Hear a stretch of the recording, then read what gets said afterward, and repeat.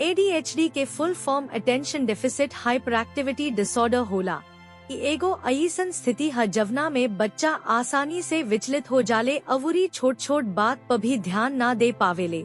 अगर रौरा लागत बा कि रौरा बच्चा के ADHD बा त रौरा अपना बच्चा में एह लक्षणन के जांच जरूर करी। अगर आपके बच्चा के क्लास में चाहे घर में ध्यान केंद्रित करे में परेशानी होखता त ADHD के लक्षण हो सकता। ऐसना में लइकाले की बात भुला सकेले, भावों लोग के आपन काम पूरा करे में परेशानी हो सकेला। जवना बच्चा के ADHD बा उस सोच समझ के काम नई खन का पावत, लोग के बात करीत घड़ी टोक देले, सवाल पूरा होखे से पहले कुछ कहेले, ना त अपना बारी के इंतजार करे में परेशानी होखेला। ADHD से पीड़ित बच्चा अपना आसपास के चीज से आसानी से विचलित हो जाले। होमवर्क भा पढ़ाई में दिक्कत होला काहे कि उ लोग अपना आसपास के हर चीज के नोटिस करत रहेला।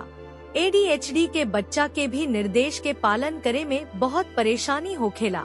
दिशा भुला जाला काहे कि ओ लोग के ध्यान हमेशा कहीं और रहेला। ADHD के कुछ बच्चा बिना सोचले समझले जोखिम भरल काम करेले। उ लोग सुरक्षा के बारे में ना सोचेले अवुरी बिना जोखिम पर विचार कईले काम करेले। यदि आपके बच्चा हर समय नखरा करेला त ADHD के लक्षण हो सकता।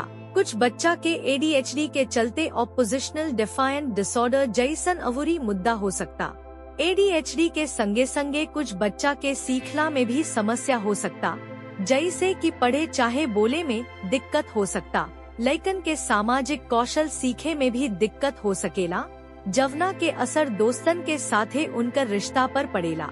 ADHD के बच्चा भी बेचैन भा दुखी महसूस करेले, लेकिन कबो कबो माई बाप अपना व्यवहार के चलते इ लक्षण के नोटिस ना कर पावेले।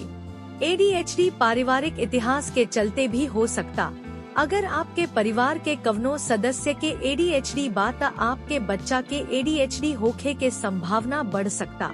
ADHD स्कूल के काम अवुरी दोस्ती पर असर डाल सकता, लेकिन सही समर्थन से आपके बच्चा निमन प्रदर्शन कर सकता।